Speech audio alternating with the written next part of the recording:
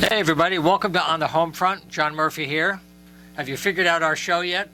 We're here live on WILI on Wednesdays from 5 to 6, AM 1400, 95.3 on the FM. The thing is, we're video recording right now for the radio station's YouTube channel, so you can get any of our afternoon shows 24/7 to help our guests get their stories out as much as we can. And I'm very happy to have this with you. My name is John Murphy again, and today our program will be in three parts. We'll talk about the Coventry Arts Guild with Richard White in a little while.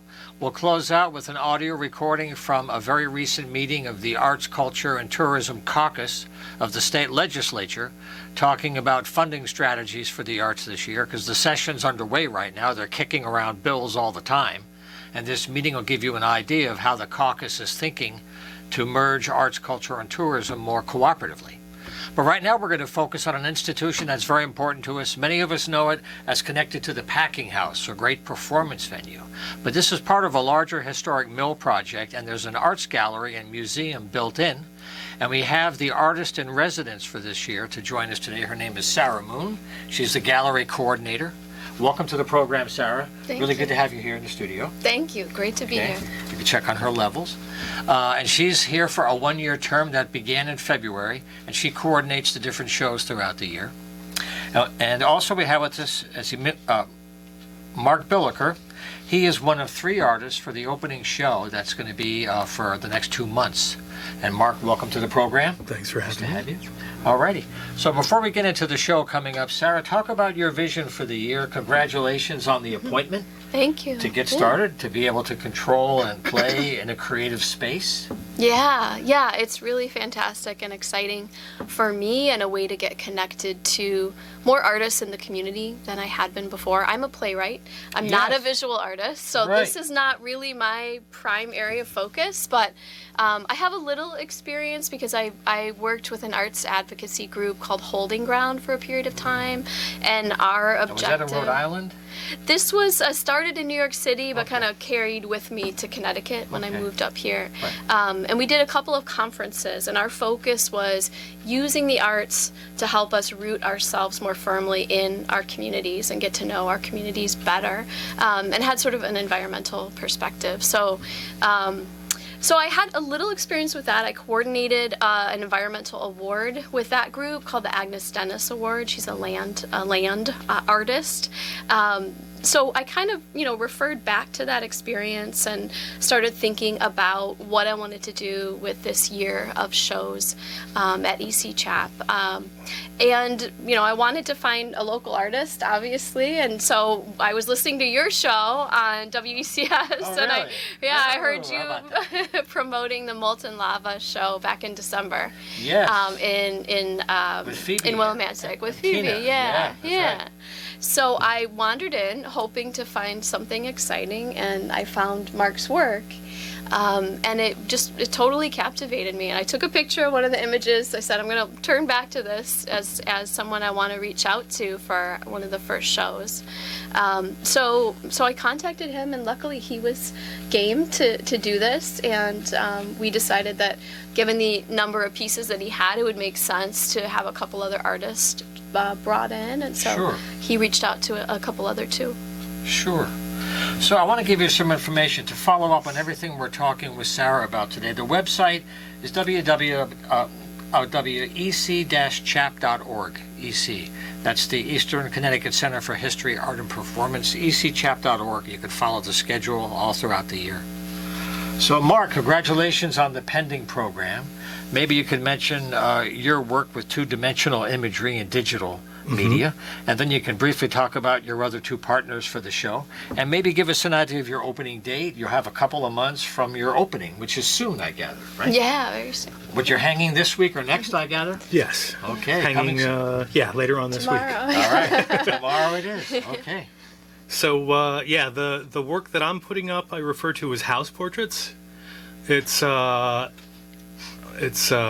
not exactly sure how best to describe it. It's other than house portraits. It's pictures of houses blended with portraits of people in a way that it looks like the house itself is personified. Interesting. And so the technique is primarily photography, kind of like using Photoshop with different layers, and using different painterly techniques to blend the layers together. So it's kind of matting and pixelating and things all together at the same time. And using different transparencies so that even with those images, there's more stuff in there if you look. Now, when you look at a house, do you have any time when you play with the seasons of the year and the environment around the house, or do you really focus on the object and what's in it? It's kind of a combination. It sort of each one is different, and so with each one, it depends upon the house. It depends upon the portrait. It's like each one is sort of an adventure and discovery. In that I don't even if I have an idea of where I want it to go or where it wants to go, Right. I'm not necessarily sure how it's gonna end up looking until it's done. Yeah, it can make you change the way you look at houses when you're driving around the neighborhood. Indeed. Because the face, the shape, does it have gables? How steep is the roof? How many windows, right? That kind of thing. Yep. Interesting, yeah. It also gives an interesting view on people, too, in that we often assume that what you see is what you get, but with these portraits, that's also trying to suggest that there's a whole lot more going inside than we necessarily see on the outside. I also want to mention EC Chap is just a few miles north of us, up on Route 32, going north towards Wellington, right where the packing house is in that area. Now, there are two other partners for this exhibit. Can you give us a little preview of the other two? Sure. Yeah. One of the people is Kelly Martinez, who does some amazing pictures of what seems to be places in transition or abandoned places. And just her imagery, her photographic technique is at times just stunning. Photography. Yeah. And the other artist has a series referred to as, I think it's Shopping Carts of Willimantic. Oh, yeah. And with that, it's... Says it all. So, yeah. yeah. Wow, that's awesome. They have an Instagram feed, Shopping Carts of Willimantic.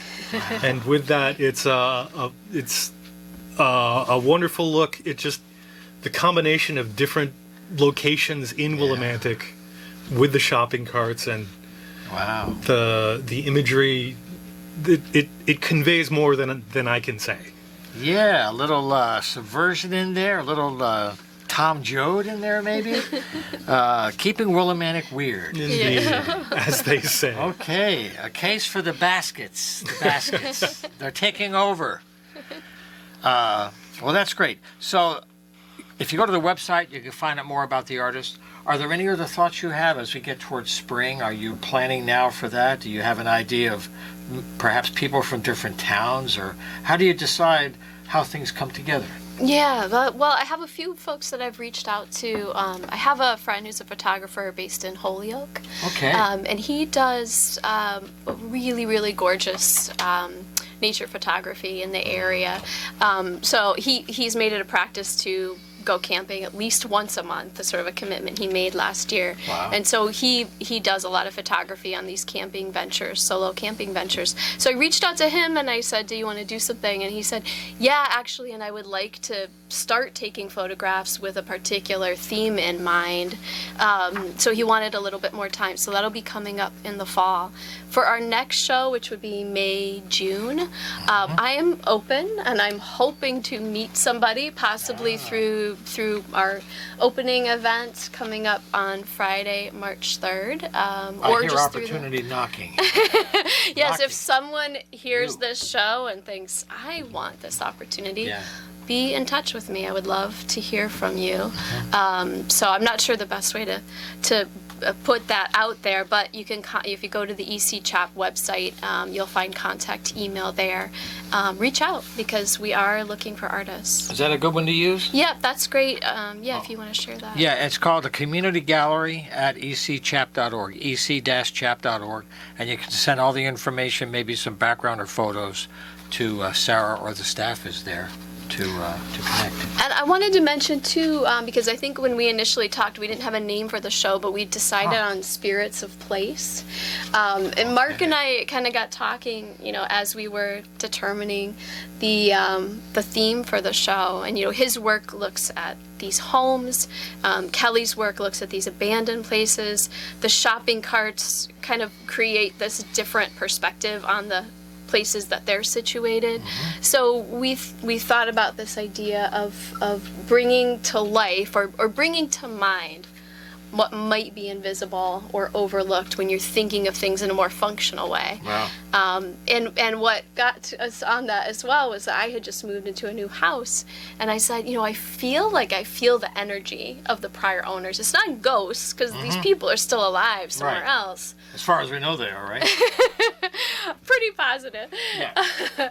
But it's something. It's like something is there, So we talked about that. And I think that's what's so cool about his work is like it gets you thinking about the spiritual energy that's animating that house that you can't see just from the outside.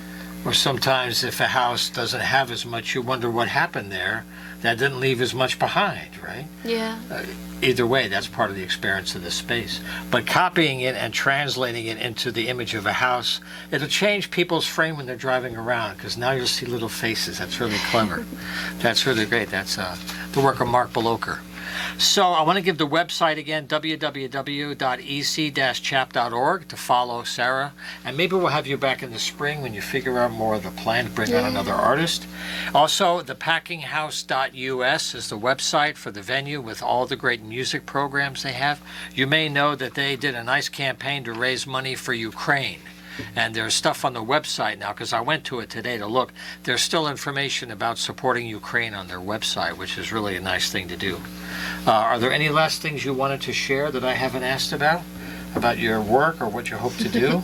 I'll just mention one show that I have planned for August is an artist friend of mine. She's actually based in New York, but we grew up together outside of Milwaukee. And she does a series of paintings called Magic Leaf Paintings. So she uses leaves that she collects just on wax and translates them to a painting and ink. She uses ink and paint, these beautiful, really color-rich works. And what she would like to do is offer a workshop to the community on how to make these pieces themselves. Nice. So we're going to be figuring out how to arrange that and exactly when to schedule that. But that'll be late summer that'll be happening. Well, over the summer we'll have you on to talk about that, because those kinds of workshops that are very unusual, people will go if they know about it. Yeah, exactly. It's just letting people to find out. Yeah. Well, congratulations on the new position and on your opening. I wish you a great season ahead. And we'll have Sarah back later in the year as her work moves forward, along with folks from the Packing House as well. Alrighty, we're going to continue now our show. We'll take a short break and we'll come back with Richard White. He's, by the way, one of our actual official Connecticut Arts Heroes, recently designated, and he'll be here to talk about the Coventry Art Guild after the break. Okay, we're back live here on the Homefront on Wednesday. Happy to have you with us.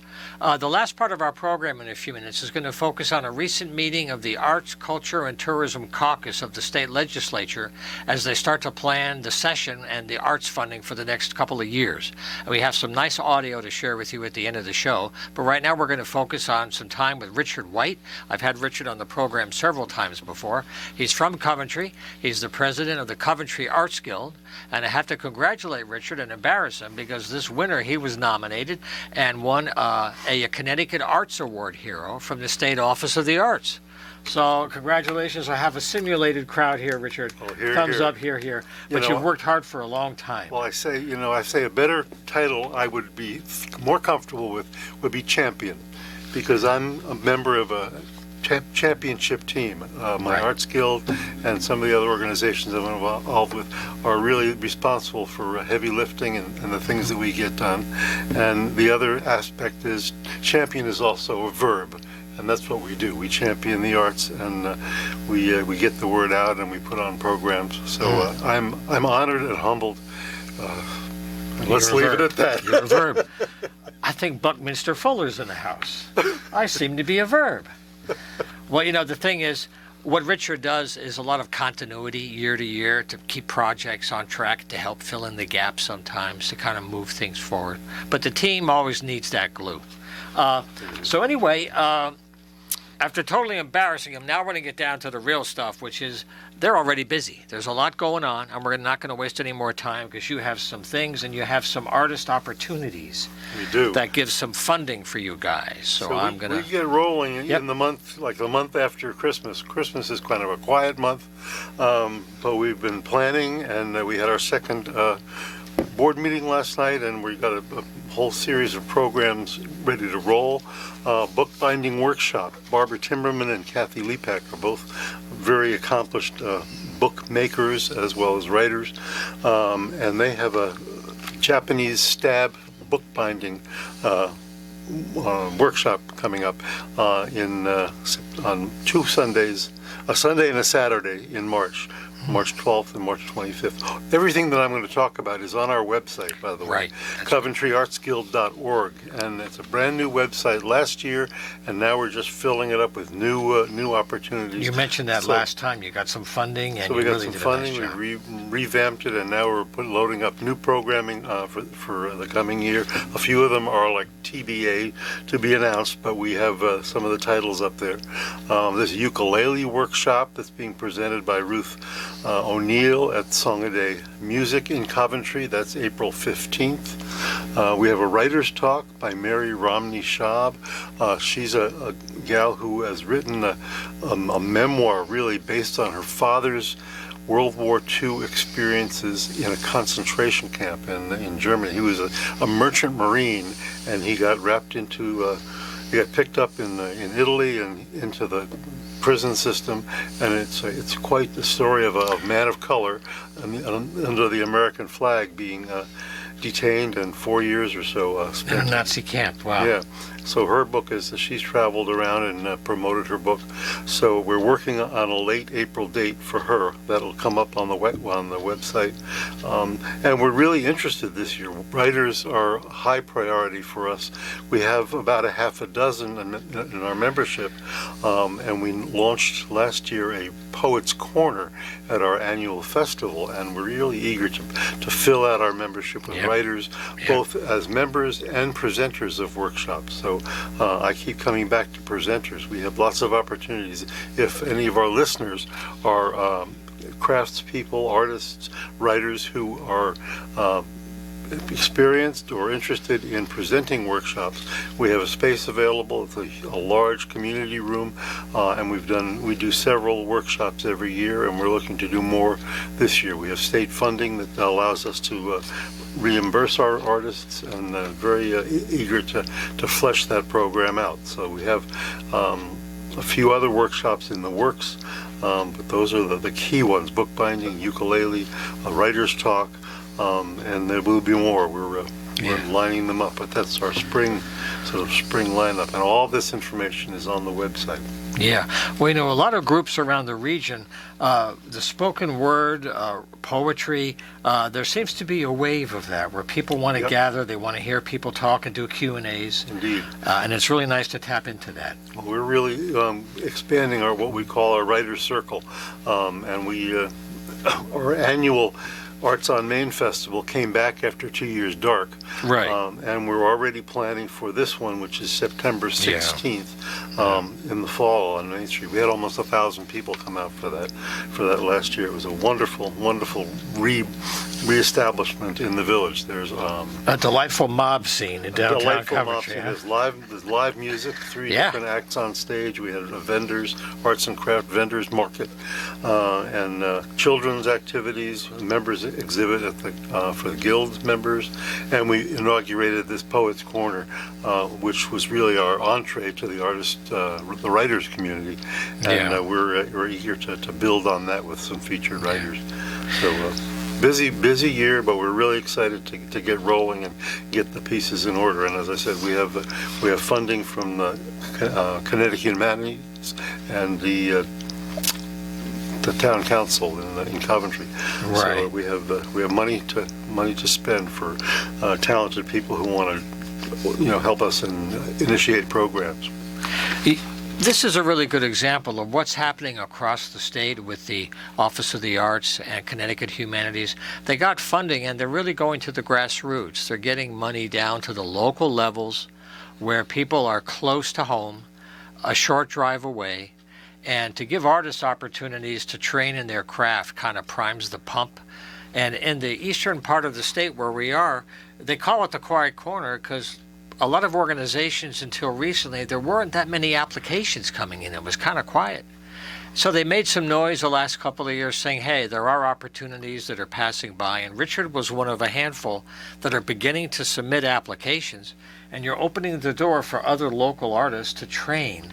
And that's all about the arts economy. Well, that funding has allowed 2 years of that funding. It's channeled from the federal government through these state agencies. That's right. Has allowed them to give almost 750 grants to small organizations, and there really is a press to get this money to small organizations who in turn pass it on to artists for working workshops, exhibitions, so on and so forth. In fact, just today I was reading again about this HB 6692, which is the bill before the Connecticut legislature to fund $58 million to try and replace some of that federal money which disappears this year. So in order the for ARPA money, yep. Yes, the ARPA money. So in order for that kind of funding to continue, Yep. Our legislators have a bill in the Commerce Committee right now, HB 6692. So tell your friends to send letters to their legislators and tell them There's how a hearing much. coming up, too, on the bill. It's currently going on. Yeah, Today was right. the deadline for testimony, Yeah. unfortunately, but Yep. but you can still write to your legislator. And there was a previous bill, and we got our guy Tim Ackert signed on as a co-sponsor, and He did. I have to get back to him and make him move his co-sponsorship over Right. to the new number Yeah. on the bill. They keep changing them. Well, they do, because the session right now is underway, and it's a biennial budget, so they're juggling all these options and amendments right now. So bill numbers are going to change once in a while, but the idea of arts, culture, and tourism being a little coordinated is really efficient. Yeah. So we're really excited about the possibilities of that, because that's how we would be able to get a comparable kind of funding. And all the organizations, 700 and some odd organizations have been funded under that ARPA umbrella. You know, something else that Richard mentioned that we'll talk about later in the spring is Make Music Day. You may know about it. It's an international celebration of music that began in France decades ago. And they've been doing it now for several years in Connecticut regionally. And it's on the solstice, June 21st. And what we're doing between now and then is organizations and artists are signing up because they want to present that day, they want to play. It doesn't matter what you play. You can play a kazoo, you can play whatever you want. It's making music anywhere, anytime on the solstice day. And people will be able to find out where it's being made. And I'm sure besides Ruth O'Neill, there'll be other people doing this. Well, this is Tim Ackert, or Tim Timberman is Yes. actually the fellow who's doing our piece.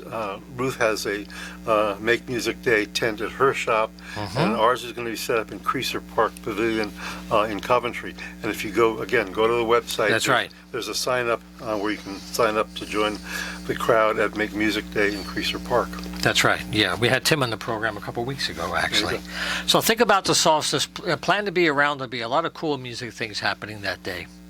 So, Richard, thanks for all the good work you're doing, and congratulations again on the award. And we'll look forward to having you back in the spring to keep on and bring in some other folks next It's time, always too. a pleasure to be here. Thank you very much. Okay. So what we're going to do now, we're pretty much on time. I'm going to share some event news in a few minutes, but to save time, I'm going to go right to this audio recording. This is from the opening of a meeting of the Arts, Culture, and Tourism Caucus. I was given permission to air this. It was a public meeting. But what they're going to talk about is you're going to get to meet some of the legislators that are on committees that are supporting the arts. You'll get to know their names. They're going to talk about their concerns for the session that's about to begin. Somebody gives a brief overview of funding of the arts last year. So it's kind of a launching pad for the whole campaign that Richard talked about to improve the stability of arts funding. So we'll take a few minutes to hear the audio, but then we'll come back with some announcements to close, okay? Thanks again, Richard, for being here. Thank you. My pleasure, always. Okay. Hello, everyone, and thank you for joining us today. This is the kickoff to our 2023 session and the kickoff to all the great work we are going to collectively do together in 2023 for arts, culture, and tourism for the state of Connecticut. For those of you who I have not had the pleasure of meeting, my name is Dorinda Boer. I'm one of the state representatives from the great city of West Haven, and welcome you. And on this Zoom, we have both our legislators who are members of the Arts, Culture, and Tourism Caucus, some who are returning, some who have been newly elected, so we welcome them. And then we also have our industry stakeholders and individuals who have all been providing invaluable input to us along the way so that we can together move Connecticut forward. And then we also have our state agency leaders on the call who are all working hard in our government to move Connecticut forward as well. So I'm going to pass it over to my great co-chair who has been passionate in serving on this caucus for quite some time, and that is Senator Heather Summers. Yes, good morning, or actually good afternoon, everyone. My name is Senator Heather Summers. I have the privilege of representing the 18th District, which includes 8 towns along the southeastern Connecticut shoreline and along the Rhode Island border. I'm well versed in tourism. I have the privilege of representing Mystic, which I believe is one of the #1 tourist destinations here in the state of Connecticut. Passionate about tourism. I want to welcome everyone to this caucus. If you are new to this caucus, we're very excited that you're here with us today. If you have other colleagues that couldn't make this caucus, please make sure you share the information. We'd love to have them join us at a future caucus meeting.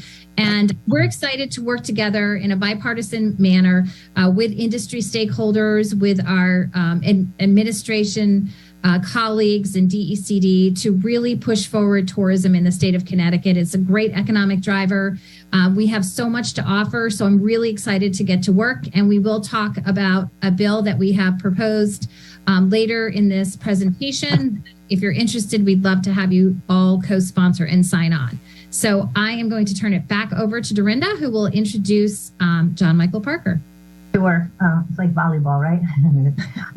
But before I introduce John Michael Parker, I know today we're going to talk about the path forward and where we're going, but I think it's important because we have so many new people just to do a quick recap of 2022 and the status and where we are today. So some of you have joined us, and for those of you who didn't, we held a large forum at the Science Center. It was the first of its kind this past year.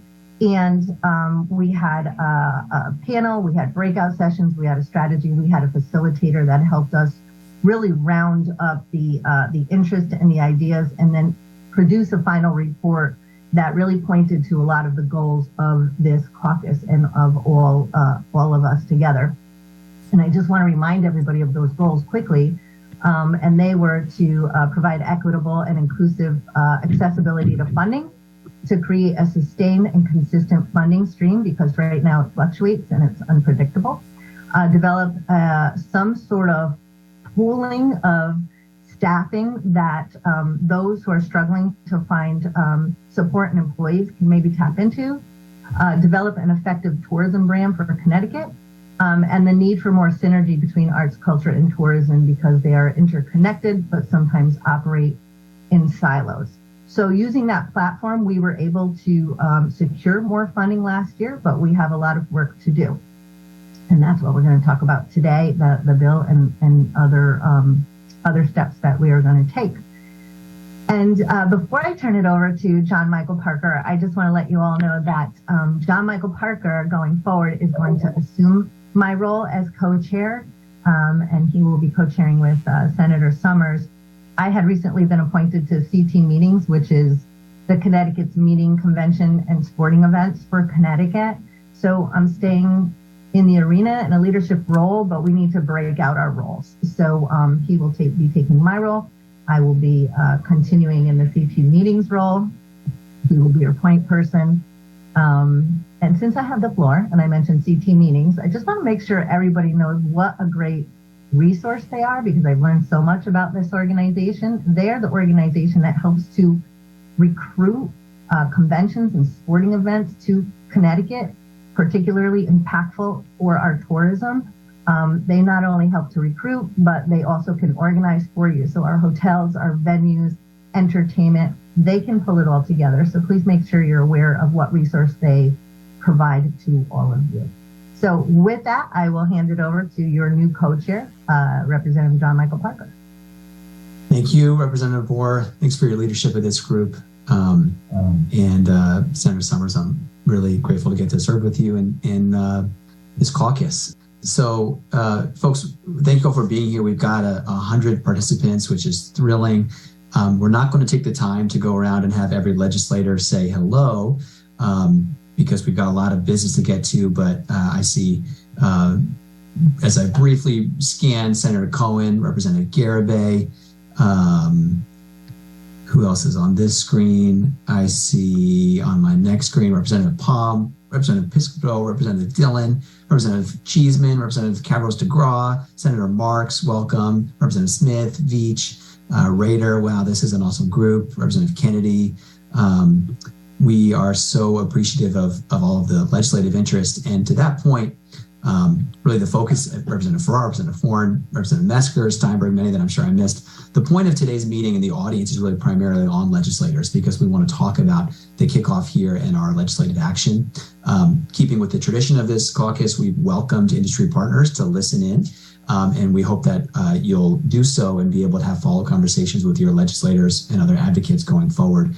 But the primary audience of today's meeting is those legislators that I just referenced and everyone else that's here and is going to be joining, because we want to share the incredible work that the industry has been doing.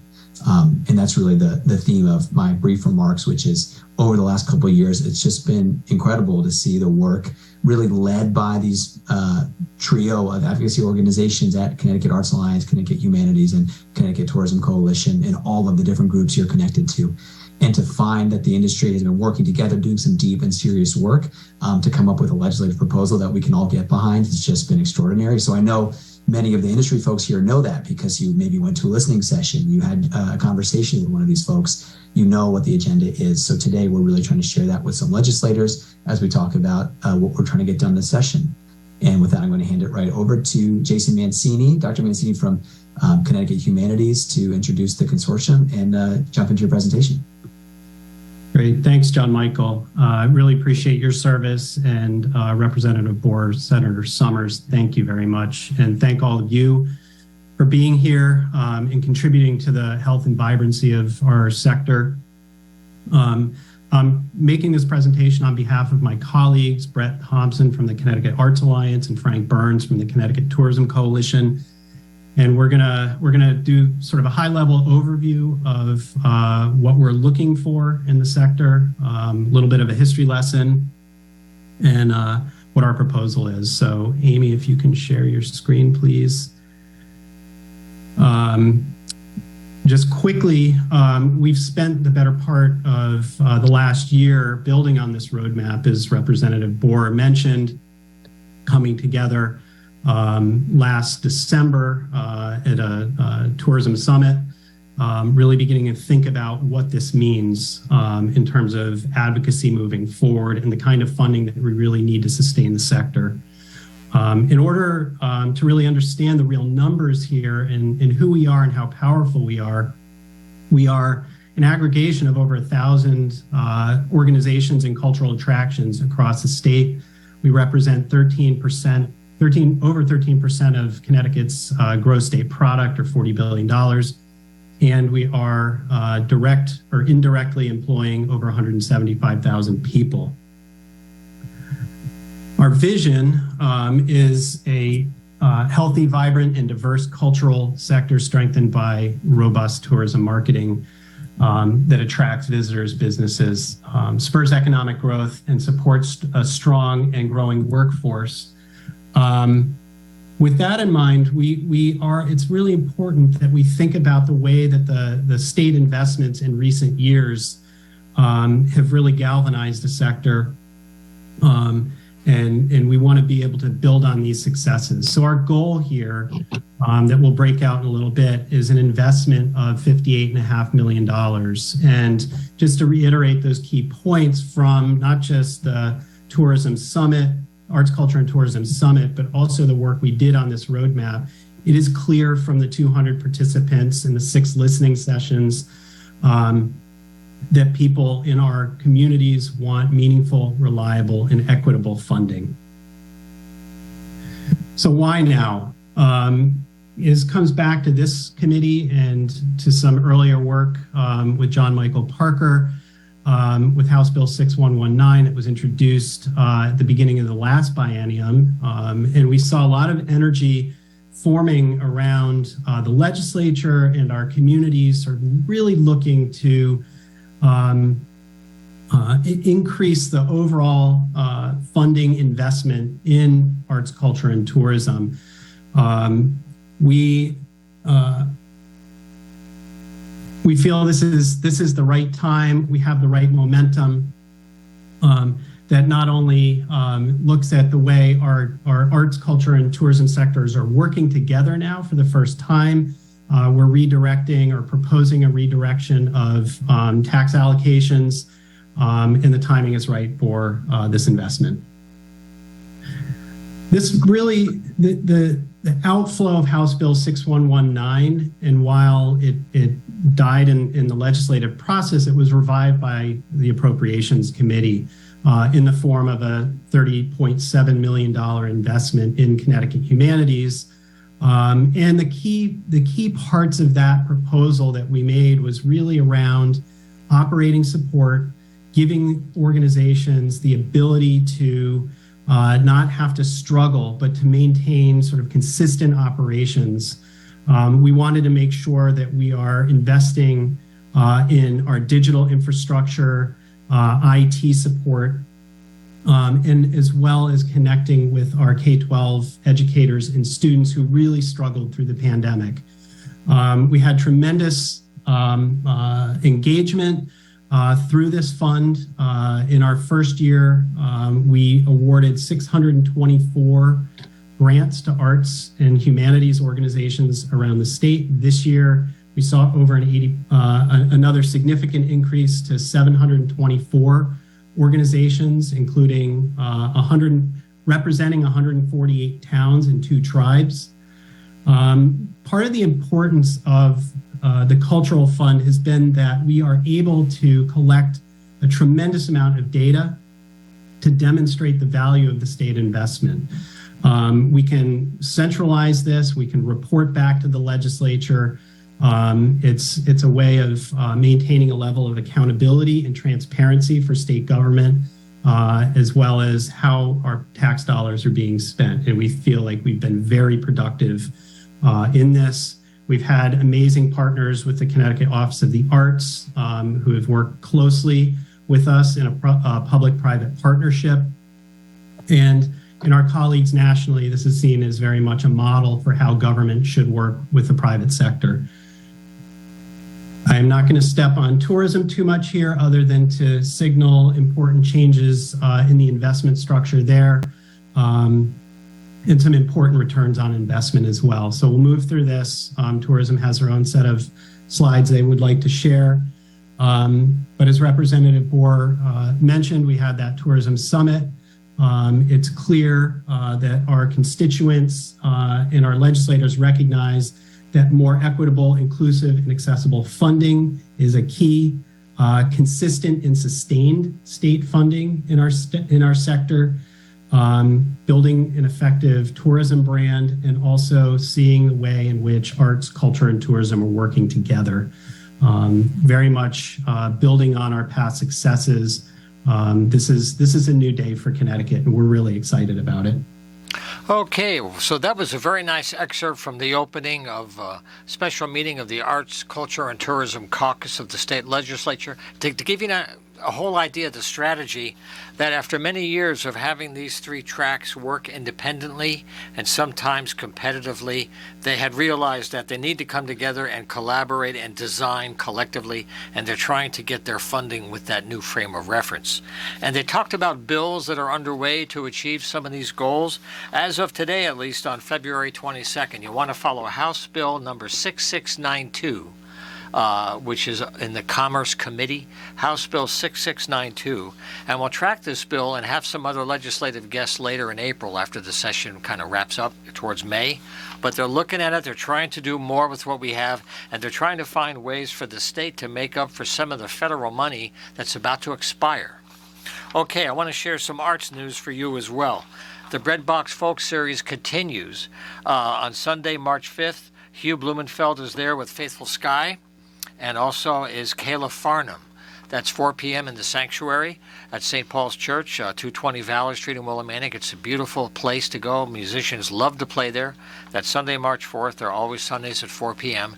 Go to the website for more information and tickets for the whole season, breadboxfolk.org. breadboxfolk.org. I have some theater news for you. The Bradley Playhouse is underway with their new season. They're about to open The Girl on the Train on February 24th through March 5th.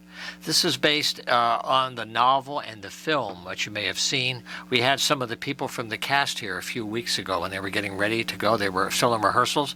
It should be a really cool story, kind of creepy, psychological suspense, like where did this woman go? And it's going to be at the Bradley Playhouse. Just go to their website. You'll find out the entire season, thebradleyplayhouse.org, and you can enjoy local theater. One more note while I have time. This is for the folks at Eastern Connecticut. They have a wonderful arts program, and they have a change in their schedule for their newest performance coming up of The Nether, Nether. They've had to change their date slightly. They had planned for February 28th and March 1st. Those performance dates were canceled very recently, just mentioning that to you. So they're going to open on Thursday, March 2nd at 5:30. They'll also be Friday, March 3rd at 11 a.m. and in the evening at 7:30, and then Saturday the 4th at 7:30. The last show, Sunday the 5th at 4 p.m. And you can just go to Eastern for more information. This is at the Fine Arts Instructional Center in the Del Monte Bernstein Studio Theater. And if you go to easternct.showware.com, you'll get all the ticket information. They have great facilities. They're working with some very interesting staging of this story. It should be really cool. And they want you to know that the show's going on beginning March 2nd. Okay, I have two more to go. TasteToTowns.com is the website. We had some people here recently. That's going on until March 5th. It started a couple days ago. Mansfield and Wyndham have many restaurants coordinating a special campaign, special menus. Some of them are breakfast, lunch, and dinner, but it's all about supporting local restaurants, unusual food. So go to TasteToTowns.com. You have a whole list of all the restaurants and what the food offerings are. So it's going to be a nice celebration till March 5th. The last thing we have is the Liberty program, which is happening at the America Museum. And these are stories about people who made significant contributions to our history from our region. People here hundreds of years ago who did amazing things. And the next one's coming up focusing on Colonel Dyer and Colonel Elderkin. These guys were attorneys during the Revolutionary period. I know one of them was involved with the gunpowder factory, which makes it pretty exciting, thinking about colonial days. But these guys did a whole lot in our history, and the Liberty program brings their story out. The next one's February 27th